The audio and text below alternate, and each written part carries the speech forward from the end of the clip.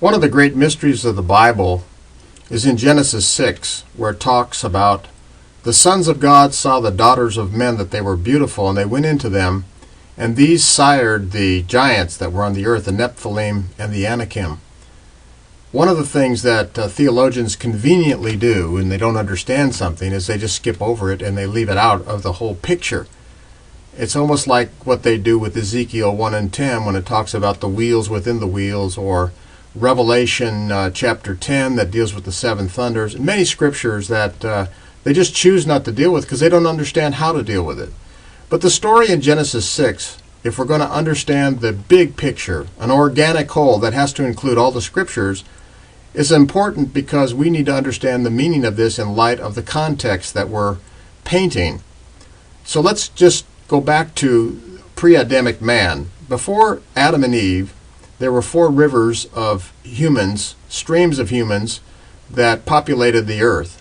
This is on the 6th day of creation, or the 6th yom is a better way to say it, the 6th age.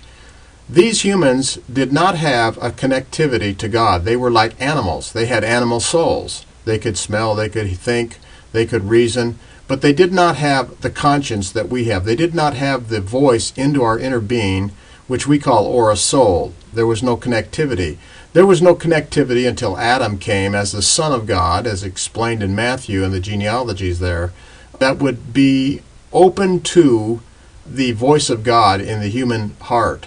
So Adam was the first aura-souled human, and the humans that were born before Adam were of an animal nature, and in that groupings of people, there was actually some very large humans, gigantic people, large, 12 to 15 to maybe even taller in size and stature.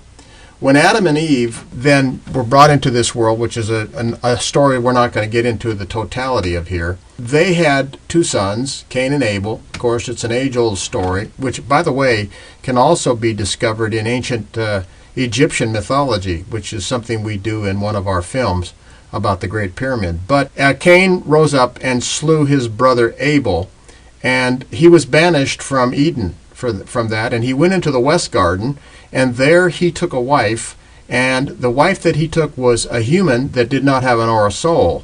And they began to have children that were not capable of receiving the Ophanim angel spirit, and they began to populate. And after a while, Adam and Eve had a second, actually a third son, a replacement for Abel, who was slain. His name was Seth, and he would be the godly line that would reestablish body lattices that would flow from Adam and Eve, that would not be compromised by what Cain did when he went into the Canaanite people and took a wife and began to sire people that the Ophanim would inhabit. So Seth reestablished the line wherein bodies could be provided for the descent of the angels. I think it's interesting to note that it says nobody can ascend in the New Testament unless he first descends. So even the Son of Man had to do that. So angels have to descend if they want to go into the ascent that they're supposed to be moving towards as they pursue the choosing and the overcoming and the universal constructions back to the first domain. So Seth reestablished the potential for body lattices in which Ophanim lords, angels could come and take up residence. But over the course of time, the sons of God, which equates to those angels that would take body lattices from the lineage of Seth, began to also have sexual relations with the daughters of men. They saw that they were beautiful, and these two began to multiply giants. And that's why we find in Genesis 6 where it says there were giants in the earth in those days. And this is really important to understand because it makes sense then that God would have to destroy all those offspring as they became so prolific on the earth by sending the great judgment of the Noahic flood.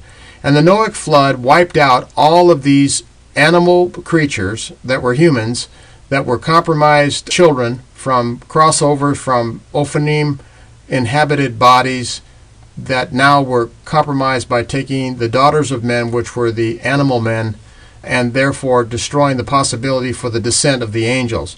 So the flood came to wipe that out, and there was only one family left. That was Noah and his 3 sons, and they actually were the ones that repopulated the earth. And from one of those sons, came the Ebers, the tribe of Eber, which came to be known as the Hebrews.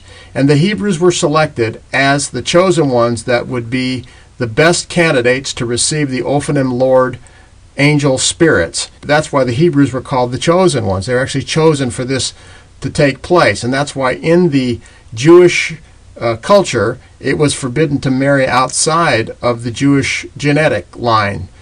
These people were selected by God to be a selected race that would be the candidates for the Ophanim Lord spirits. Over time, the Jews intermarried, and the genetics spread out to such a degree that the time was ripe for the Messiah to come, and salvation was then offered to all the world, even the Gentiles. So we have to look at all the scriptures and see it painted in one organic whole if we're going to understand the right meaning of existence, who we are, what this world is all about, and what God came to accomplish in giving us an opportunity for redemption back into our angel bodies so that we get on with the silence that has ensued for a half hour in heaven and get back to the planting that Isaiah talks about in Isaiah 51, which is our destiny. So our salvation is great. God's love for us is great, coming into this world and incarnating so we could empathize and understand God from a human standpoint and begin the progress back to where we belong to get on with what we're supposed to be doing.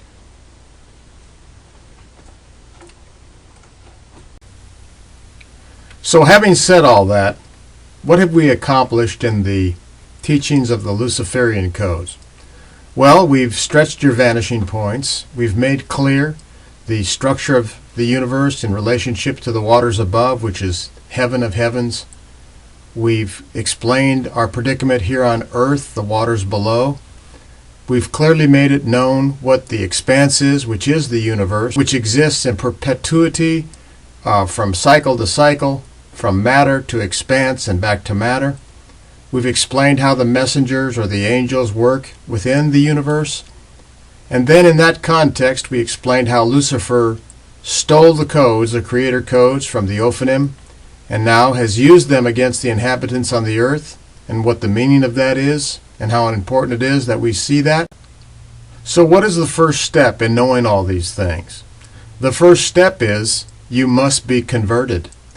Just knowing all of this information will not help you unless you make a step and bring yourself under the lordship of our Father through Jesus Christ, the only name under heaven whereby we can be salvaged or saved.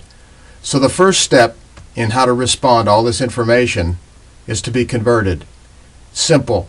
You just pray to the Father and ask that you be accepted in Him through Jesus Christ, and your sins, the ones we committed against the Father in the angel wars, and those that we committed because of the propensity and what happened to us as a result of Adam and Eve's sins, are forgiven. And then we are converted, and then we can begin the process of transcending. And transcending includes what's coming next in our next piece that we're going to do, where we make you spiritual locksmith. One of the great things that Christ gave us as a spiritual inheritance is the keys to the kingdom of heaven. Whatever we bind on earth is bound in heaven, and whatever we loose on earth is loosed from heaven. Just as Satan learned how to use the creator codes, we must reacquire our original talent and learn to use the codes to transcend and release all kinds of life and blessing on this earth.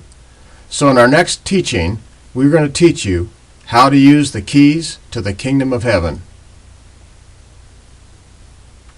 I want to thank you for listening to the Luciferian codes. In the future, we'll be doing more audios, so you can stay tuned to when those releases will occur by going to www.kkptv.com or www.kenkleinproductions.net.